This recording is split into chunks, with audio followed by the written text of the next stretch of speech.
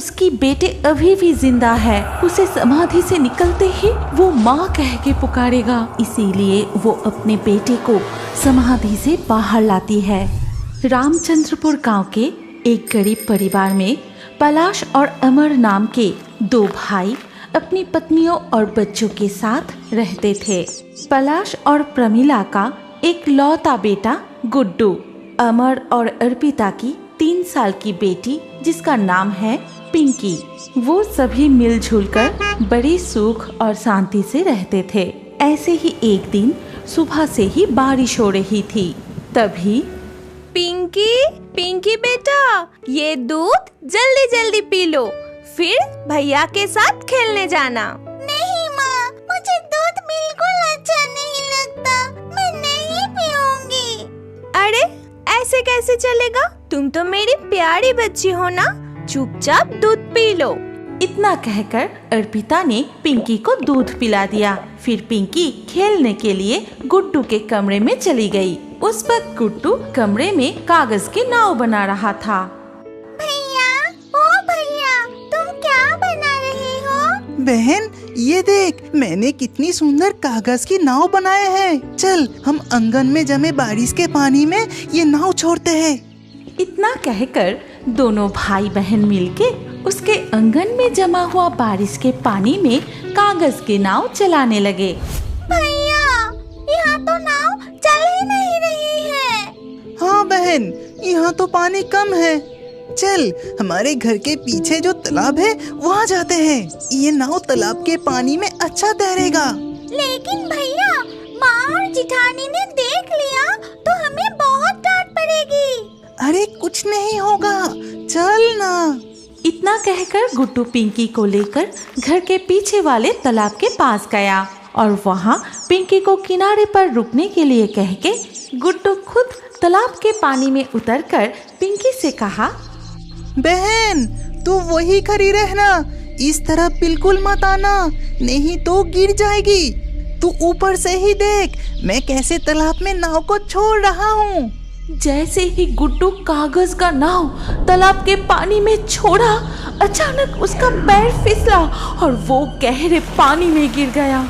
बचाओ, बचाओ, बचाओ, बचाओ। भैया, तुम्हें क्या हो गया? तुम ऐसा क्यों कर रहे हो?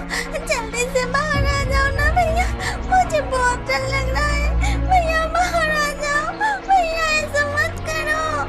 धीरे धीरे करके तालाब के पानी में डूबता चला गया। इधर पिंकी अपने भाई को पानी में डूबते देख बहुत डर गई। भैया, कहाँ चले गए तुम? भैया बाहर आ जाओ, बाहर क्यों नहीं आ रहे हो तुम? भैया, मुझे बहुत डर लग रहा है। माँ जिठानी मुझे बहुत डांटेगी। भैया बाहर आ जाओ ना भैया, भैया। पिंकी डर के मारे रोते रोते घर की ओर भाग गई और बिना किसी से कुछ कहे वो घर की एक कोने में जाकर छुप जाती है। फिर घंटों बीत गई। बहुत देर से दोनों बच्चों को ना देख अर्पिता बहुत घबरा जाती है। तभी जीजी, ए जीजी, तुमने गुड्डू और पिंकी को कहीं देखा है क्या? मैं सुबह उन दोनों को देखा था, दोपहर हो गई, कहाँ चले गए दोनों? और कहाँ जाएंगे, शायद बगीचे में खेल रहे होंगे। नहीं जीजी, मैंने बगीचे में भी देखा, वहाँ भी नहीं है। इसके बाद दोनों बहू मिलकर घर में गुड्डू और पिंकी को ढूंढने लगी, लेकिन कहीं नहीं मिले। ऐसे ही काफी समय बीत जाता है। पलाश और अमर को खबर मिलते ही वो घर लौट आते हैं। फिर सब कुछ सुनने के बाद वो सब मिलकर गुड्डू और पिंकी को आसपास ढूंढने लगे। फिर एक दुकान पे जाके पूछता है, काका, ओ काका, अपने गुड्डू और पिंकी को देखा क्या? नहीं बेटा, वो तो इधर नहीं आया। भैया देखो, उधर कुछ बच्चे खेल रहे हैं, चलो उनसे जाके पूछते हैं। इसके बाद वो उन बच्चों के पास गए और वो बच्चे उस वक्त टायर से खेल रहे थे। बच्चों, तुम लोग गुड्डू और पिंकी को देखा? नहीं चाचा, वो आज खेलने नहीं आए। पटाई कह रहा था कि उन्होंने कागज की नाव बना के घर के पीछे वाले तालाब में छोड़ने जा रहा था। ये सुनते ही वो सभी मिलके घर के पीछे वाली तालाब के पास गए और वहां जाके उन्होंने जो देखा उससे सबके रोंगटे खड़े हो गए। देखते हैं कि गुड्डू के मृत शरीर तालाब में तैर रहा है। गुड्डू!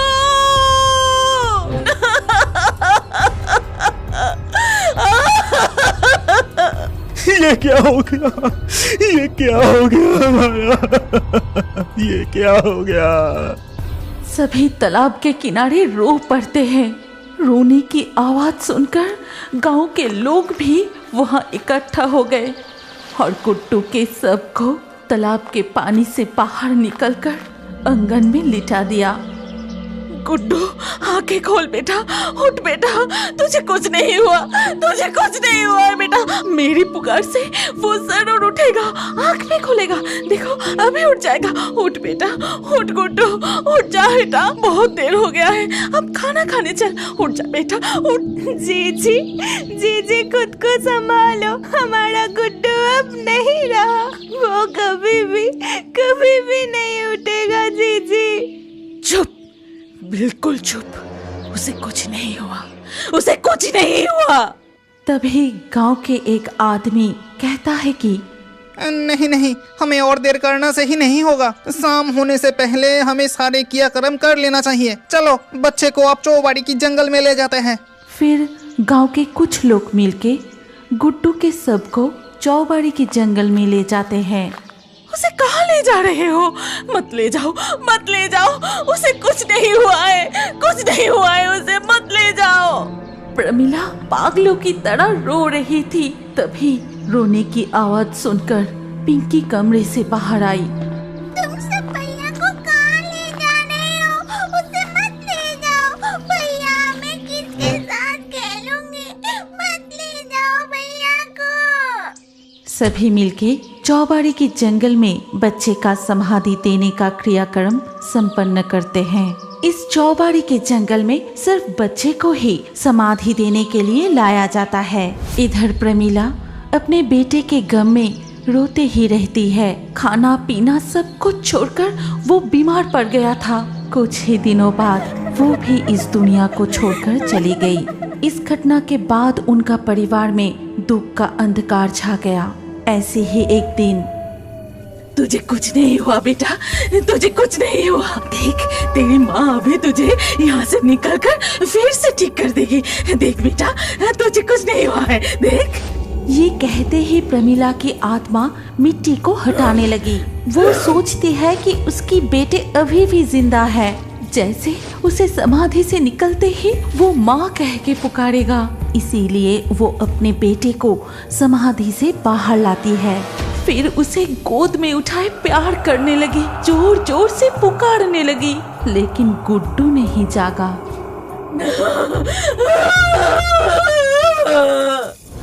ऐसे ही एक दिन रात को जब पिंकी अपनी माँ के पास सो रही थी। बहन, ए बहन, बहन। भैया तुम आ गए, लेकिन इतने दिनों से तुम कहाँ थे और इस समय तुम कहाँ से आ रहे हो? मैं चौबाड़ी की जंगल में था। आ मेरे साथ आ, हम दोनों वहाँ खूब खेलेंगे और बहुत मजे करेंगे। लेकिन इतनी रात को मैं जाऊंगी तो माँ बहुत डांटेगी। अरे कुछ नहीं होगा, आओ ना, वहाँ मेरे माँ भी है। ठीक उसी वक्त गुड्डू की आत्मा वहाँ से भाग जाता है। भैया, जिठानी भी तुम्हारे साथ है। भैया तुम कहाँ गए? भैया, भैया रुक जाओ भैया। पिंकी भी बिस्तर से उठकर गुड्डू के पीछे पीछे जाने लगी। तभी अर्पिता जाग जाती है। पिंकी, ए पिंकी, कहाँ जा रही है तू? इधर आ, इधर आ। माँ, भैया मुझे खेलने के लिए बुला रहा है, चौबाड़ी की जंगल में। पता है वहाँ जिठानी भी है। पिंकी के मुंह से ऐसी बात सुन के अर्पिता बहुत डर जाती है। फिर अपनी बेटी को गले लगा लेती है। कोई नहीं है वहाँ, कोई नहीं। तू कहीं नहीं जाएगी, तू हमेशा मेरे पास रहेगी। वो तुझे बहुत प्यार करते थे बेटा, इसीलिए वो तुझे भी बुला रहे हैं। इसके बाद से गांव के लोगों को रात को चौबाड़ी के जंगल में एक माँ और बेटे को घूमते हुए दिखाई देने लगे। कभी वो दोनों रोते हैं तो कभी बेटा अपनी माँ को गले लगाकर जोर जोर से हंसता है। शिवली 6 साल की एक छोटी सी शांत प्यारी लड़की थी। वो पुस्ता गांव में अपनी मामा मामी के साथ रहती थी। पिछले साल एक दिन जब वो अपने माता पिता के साथ पुस्ता गांव में अपने मामा के घर जाने के लिए तैयार हो रहा था। ए जी, तुम तैयार हुए? जल्दी करो। अरे अरे, मायके जाने के लिए कितना उतावला हो रही है। चलो चलो, मैं तैयार हूँ। आ शिवली, पापा के हाथ पकड़। इसके बाद वो एक बस में बैठ गए और बस चलने लगी। Ticket ticket. ए भाया, किधर जाना है? पोस्ता गांव। 2 टिकट दीजिए। और बच्चे का टिकट लगेगा? नहीं, बच्चे का नहीं लगेगा। ये लीजिए 2 टिकट। फिर बस तेज गति से चलने लगती है, लेकिन ठीक उसी वक्त अचानक इस दुर्घटना के परिणाम स्वरूप शिवली के जीवन में सबसे बड़ी दुर्घटना घट जाती है। उसने अपनी माता पिता को खो दिया और अब अपने मामा मामी के साथ रहती है। हे शिवली, अब तक तेरी झाड़ू लगाना नहीं हुआ? जी मम्मी जी, अभी हो जाएगा। सारे कपड़े अब तक पड़े हुए हैं। जाके तालाब के पानी से धोकर ला। अरे जल्दी से काम कर। शिवली कपड़े लेकर तालाब के घाट पर गई और वहां जाके वो सारे कपड़े धोने लगी। ओहो, कितने सारे कपड़े! ये धोते धोते मैं पूरा थक गई। नहीं, मैं जल्दी से काम खत्म कर लेती हूँ, नहीं तो मामी मुझे डांटेगी। घर लौटते समय उसने एक पेड़ देखा जिसमें बहुत सारे शिवली के फूल खिले हुए थे। फिर उसने कपड़े के बाल्टी नीचे रख दी। उसे अपनी माँ के साथ बिताए हुए हर पल याद आने लगी। जिस दिन उनके घर के आंगन की शिवली के पेड़ में बहुत सारे शिवली फूल खिले थे, उसी पेड़ के नीचे दोनों बैठे थे। तभी उसकी माँ एक शिवली की हार पहना के बोली थी, तुझे पता है, ये शिवली के फूल मुझे बहुत पसंद है और इसीलिए तो तेरी नाम शिवली रखा हो। जब पेड़ शिवली फूलों से भर जाती है तब लगता है कि पेड़ को ही गले लगा लो, और इसीलिए तो मैं अपनी प्यारी बेटी को इस तरह गले लगा के प्यार करती हूँ, ठीक इसी तरह। इसमें कितने सारे शिवली फूल खिले हैं। माँ, तुम कहाँ हो? तुमने कहा था कि तुम्हें शिवली के फूल बहुत पसंद है। देखो, पेड़ पर कितने शिवली खिले हैं। आओ ना माँ, कितने दिन हो गए तुम्हें नहीं देखा। आओ ना माँ। माँ। ए शिवली, तू हंसते हुए पेड़ की तरफ क्या देख रही है? उधर तेरी मम्मी जी तुझे बुला रही है। मामी जी बुला रही है? अरे बाप रे, जल्दी चलो मामा। शिवली घर लौटते ही उसकी मामी, अब तक कहाँ थी तू? जरूर तालाब के पानी से खेल रही थी। नहीं नहीं मम्मी जी, मैं तो। मुझसे जबान लड़ा रही है? एकदम चुप रहना। चल, भाई को ये पूरा दूध पिला देना, मैं अभी नहा के आती हूँ। जब शिवली अपने भाई को दूध पिलाने के लिए बैठने जाती है, ठीक उसी वक्त उसकी मामा उसे बुलाती है। ओ शिवली, मुझे थोड़ा पानी पिलाना बेटी, मुझे बहुत प्यास लगी है। ठीक है मामा, तुम बैठो, मैं अभी लाती हूँ। ये कह के शिवली घर के अंदर चली जाती है। फिर वो अंदर जाके थोड़ा सा पानी लेकर फिर बाहर आके अपनी मामा को दिया और मामा पानी पीने के बाद बोला, मैं काम पे जा रहा हूँ, जब तक तेरी मामी जी ना आए भाई का ख्याल रखना, ठीक है? मैं चलता हूँ। मामा चले जाने के बाद शिवली अपनी भाई के पास जाके देखा, भाई सारे दूध गिरा के उस दूध से खेल रहे हैं। ये देखकर नन्ही शिवली बहुत डर गई।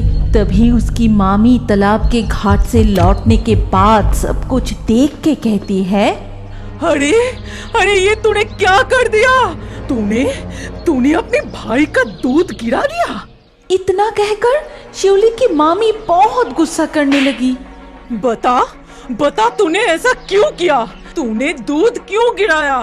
तूने मेरे बेटे का दूध गिराया ना? आज तेरा भी खाना बंद।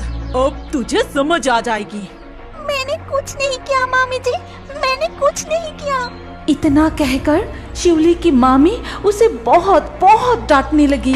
इतना डांट सुनने के बाद वो बहुत दुखी हो गई और उस शिवली पेड़ के नीचे जाके रोते हुए बोली, माँ कहाँ हो माँ? मेरे पास आओ ना माँ। माँ मुझे भी तुम्हारे पास ले चलो ना माँ। मुझे यहाँ रहने में बहुत तकलीफ हो रही है माँ। आओ ना माँ, मेरे पास आओ ना। तभी अचानक किसी ने बड़े प्यार से शिवली को बुलाने लगी और ये मीठी आवाज सुनकर शिवली बहुत उतावला हो गई। शिवली, शिवली, शिवली।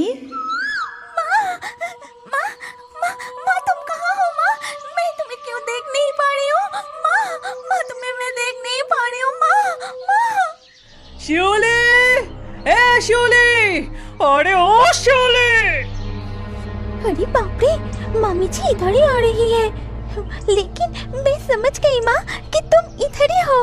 मम्मी जी क्यों बुला रही है वो सुन के ही मैं आ जाऊंगी। तुम यही रहना, कहीं नहीं जाना, मैं जल्दी आ जाऊंगी। इतना कहकर शिवली वहाँ से चली गई। फिर घर लौटते ही उसकी मामी, आजकल तू बहुत उड़ रही है, जब देखो बाहर चली जा रही है। जाके घास काट कर ले आ और गाय को खिला दे। फिर वहाँ से शिवली बिना कुछ बोले घास काटने चली गई। इसके बाद उसने बहुत सारी घास काटकर गाय को खिलाने के लिए आई। फिर वो बड़े प्यार से गाय को घास खिलाती है। इसके अलावा वो और भी बहुत सारे काम करती है। फिर भी मामी का गुस्सा शांत नहीं हुआ। दोपहर को खाना तक नहीं दी। फिर रात को जब मामा मामी खाने पे बैठते हैं, मम्मी जी मुझे भी कुछ खाने के लिए दो ना, मुझे बहुत भूख लगी है। मुझसे और भूख बर्दाश्त नहीं हो रही है। अजी सुनती हो, आप तो शिवली को कुछ खाने के लिए दे दो। वो भी तो छोटी है, गलती से दूध गिर गया होगा, उसे और सजा मत दो। तुम चुप ही रहो। अभी से ठीक ठाक शासन नहीं करेंगे तो वो बिगड़ जाएगी। तुम्हें जो ठीक लगे वो करो, मुझसे और देखा नहीं जाता। इतना कह के मामा उठकर चले गए। सुबह की पिटाई, दिन भर की मेहनत और तेज भूख के मारे रोते हुए वो अपने कमरे में जाके सो जाती है। लेकिन आधी रात से उसे तेज बुखार आती है और तेज बुखार से कांपते हुए एक ही बात बार बार कहने लगी, माँ मुझे अपने पास ले चलो माँ। मुझे बहुत कष्ट हो रही है माँ।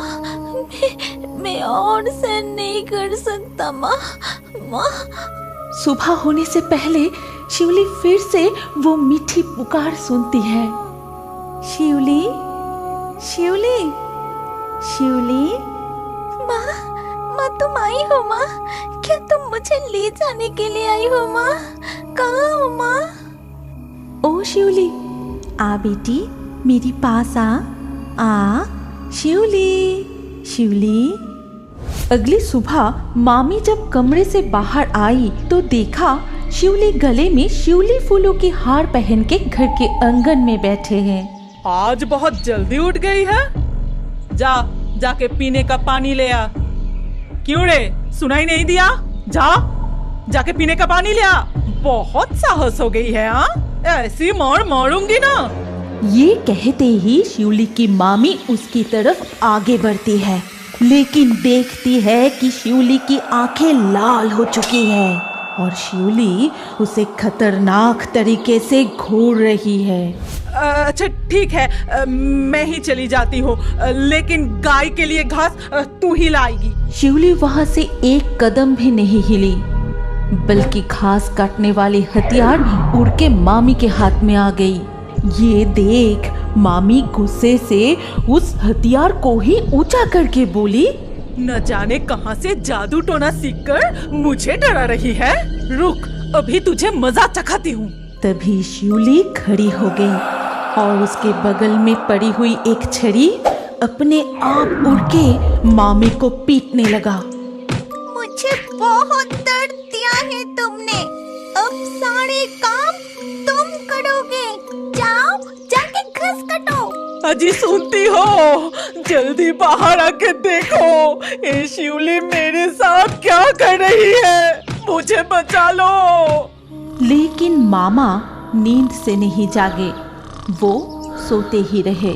इधर वो छड़ी मामी को पीटता ही रहा और वो मार खाते हुए घास काटने के लिए जाती है।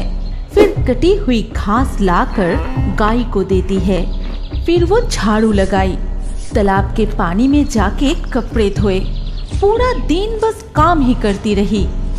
अगर जरा सा भी रुके तो वो छड़ी से पिटाई शुरू। पूरा दिन कुछ खाने को भी नहीं मिले। जब शाम होने को आई तब थक के घर के अंदर जाके बोली, अरे तुम कितना सो रहे हो जी? आज काम पे भी नहीं गए, इतना बुलाने पे भी बाहर नहीं निकले और बेटा भी कुछ नहीं खाया। इधर काम करते करते और छड़ी की पिटाई खा खा के मेरे पूरे शरीर में दर्द होने लगा है। पूरा दिन मैं भी कुछ नहीं खाया, भूख से मुझे चक्कर आ रही है। क्या बोल रही हो? मैं इतनी गहरी नींद में था। ये तो बिल्कुल ठीक नहीं है। वैसे भी ये हुआ कैसे? तुम्हें इस तरह कौन पीटा और शिवली कहाँ है? और कहाँ जाएगी? पूरा दिन मुझे पीट के अब खुद की कमरे में गई है। फिर जाके तुम्हारे पास आने की फुर्सत मिली है, नहीं तो मुझे पीट पीट के मार ही डालता। ऐसा क्या? चलो तो देखे। फिर वो दोनों शिवली के कमरे की तरफ जाते हैं। अंदर जाके देखी कि शिवली कमरे में नहीं है। तब वो दोनों घर के आसपास भी ढूंढने लगे और ढूंढते हुए तालाब के रास्ते में देखता है उस शिवली के पेड़ के नीचे शिवली लेटी हुई है। उसकी आंखें बंद है, गले में शिवली के हार, उसकी पूरे शरीर फूलों से ढकी हुई है और चेहरे पे है एक प्यारी सी मुस्कान। और ऐसी मुस्कान तब चेहरे पर आती है जब कोई किसी अपने को देखते हैं। ये क्या? वो तो पेड़ के नीचे सो रही है। सो रही है? जल्दी से जगाओ उसको, मुझे इंसाफ चाहिए। ये क्या? शिवली का शरीर लकड़ी के जैसा सख्त और बर्फ जैसा ठंड हो गया। अरे ये तुम क्या कह रहे हो? तो फिर पूरे दिन उसकी आत्मा जाने से पहले मुझे इस तरह से सबक सिखा के गए। अरे बाप रे, अरे बाप रे। और शायद आज के बाद से उसे कभी भी अपनी माँ के प्यार से दूर नहीं रहना पड़ेगा। क्या अब बड़े होकर भी कार्टून देखना पसंद करते हैं? तो अपना नाम कमेंट करें और हमारे पिछले वीडियो से लाकी ड्रॉ में चुने गए नाम है बिट्टू, अंकिता, अब्दुल, राहा, मनिका, अजय, मोनी, प्रीति, निखिल, सुबल, अनिल, स्नेहा, मनीषा, सागर। जिन दर्शकों ने हमारे चैनल को सब्सक्राइब करके फिर कमेंट में अपना नाम लिखा, हमारे अगले वीडियो में उन्हीं के नाम चुने जाएंगे। इसीलिए फेयरी टून्स यूट्यूब चैनल को जरूर सब्सक्राइब करें और स्क्रीन पर आई हमारी अगली कहानी भी देखें। उसमें भी आपका नाम हो सकता है। अगर नाम नहीं आया तो अगले वीडियो में आपका नाम लिख दीजिए। सोच क्या रहे हैं? जल्दी से क्लिक करके देखिए।